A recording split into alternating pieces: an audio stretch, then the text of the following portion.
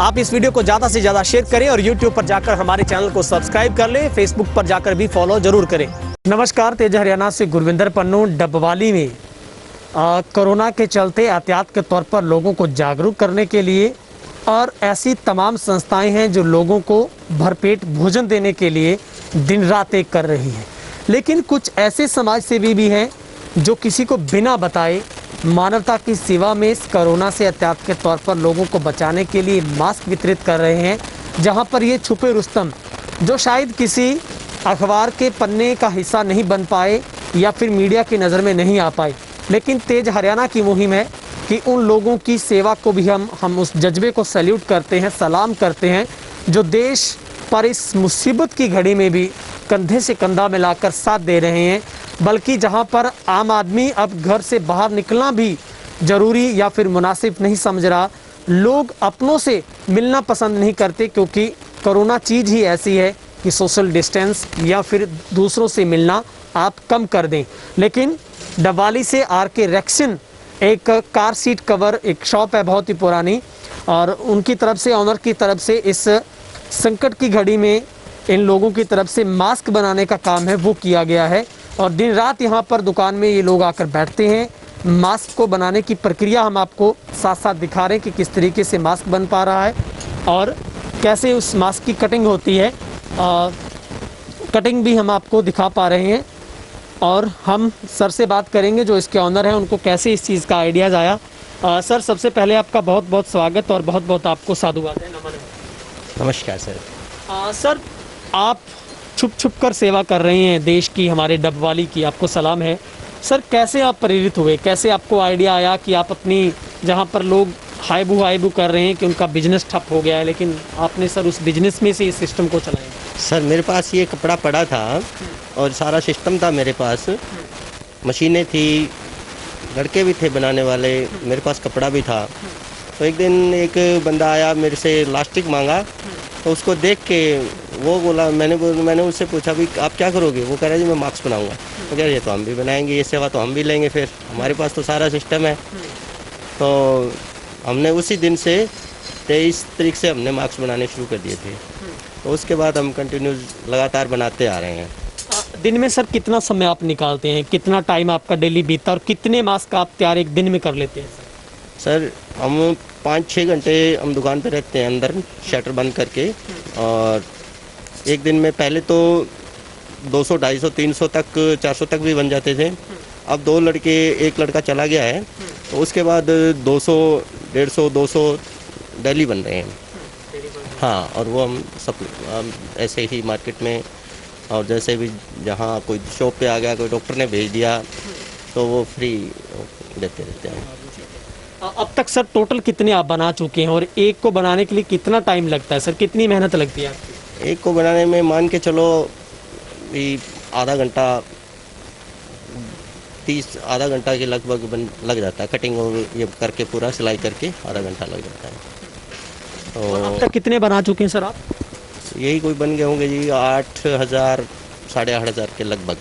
आप बांट चुके हैं? हाँ जी, हाँ जी, हाँ जी। सर, हमने सुना है ना सिर्फ आपने मास्क बांटने शुरू किया, आपने PM कोरोना जो रिलीफ फंड है उसमें भी सर आपने पैसे का दान देकर भी बहुत अच्छा काम किया। कितना दान दिया था सर आपने? सर 50,000 रुपये का दिया था, चेक दिया था मैंने 50,000 रुपये का। और मेरे को खुशी मिलती है, बस खुशी मिलती है। हाँ। जब याद करते हैं बहुत खुश होते हैं, अंदर से खुशी मिलती है। किससे प्रेरित हुए थे आप? कब आपने किसको सुना था पहली बार टीवी पर आप प्रेरित हो गए सर? बस जैसे ये देखा, कभी ऐसा देखा नहीं था। हाँ। क्योंकि मेरी माता 100 साल की है, उसने भी कभी जीवन में ऐसा मन नहीं देखा ना। तो इस करके इससे विपदा और आ नहीं सकती अपने देश में। ये सबसे बड़ी विपदा है जो आज अपने सब साथ मिल के लड़ना है। तो इसलिए आपकी माता ने भी बोला था कि बेटा ऐसा संकट कर दो दान कुछ। हाँ हाँ हाँ, तो मेरी माँ ने भी ये कहा, तो बेटा बहुत दिल लगा के करो। मैं माता कर रहा हूँ। सर, अब आपको खुशी आपकी बता रही है, संकट के दौर में आप काम कर रहे हैं, बहुत बहुत सैल्यूट है। सर, किन किन लोगों तक आपने अभी पहुंचाए हैं मास्क? आपने किन किन? मैंने SDM साहब को दिया ही, यहाँ पे आए थे अपनी शॉप पे, और डॉक्टर साहब हॉस्पिटल में दे के आए, और सदर अपना सिटी थाना में दिया, और अपना डबवाली गांव थाने में दे के आया हूँ, और शहर में पूरे में ऐसे में बाइक पे जैसे सब्जी लेने वगैरह निकलते हैं घर से, तो उस टाइम में बराबर बांटता ही रहता हूँ। अभी भी सर आप रोजाना बनाए जा रहे हैं? हाँ जी, हाँ जी, हाँ जी, बन रहे हैं अभी भी लड़का लगा हो, बन रहे हैं। तो अभी आपको पूरा सुकून मिलता है सर, लोगों को बांटते हैं, आप बनाते हैं? बिल्कुल बिल्कुल जी, बिल्कुल बिल्कुल, बहुत सुकून मिलता है, बहुत ही अंदर से आत्मा खुश होती है। बिल्कुल, आपने पहली बार देखा उनकी आंखों में आंसू हैं। 50,000 का दान किया है, दिन रात मेहनत कर रहे हैं दूसरों के लिए कि कोरोना से बचाया जा सके, क्योंकि मास्क सबसे बड़ा एक ऐसा टॉनिक कह लीजिए आप, एक ऐसा तोड़ है इस वैक्सीन का जो आपको इस कोरोना से बचा सकता है। उन्हीं के सहयोगी हैं जो इस मास्क को बना रहे हैं सिलाई के माध्यम से। सर किस विधि से बनाते, कितना टाइम लग जाता है सर आपको बनाने में?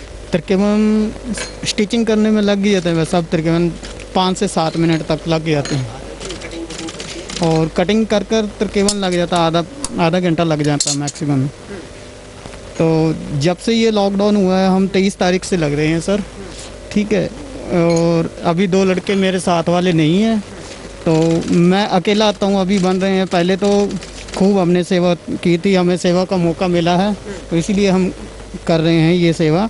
ये हमारे आदरणीय हमारे उस्ताद जी है जो, ठीक है, इनका भी बहुत बहुत धन्यवाद है जो ये सहयोग कर रहे हैं जी दान का, ठीक है जी।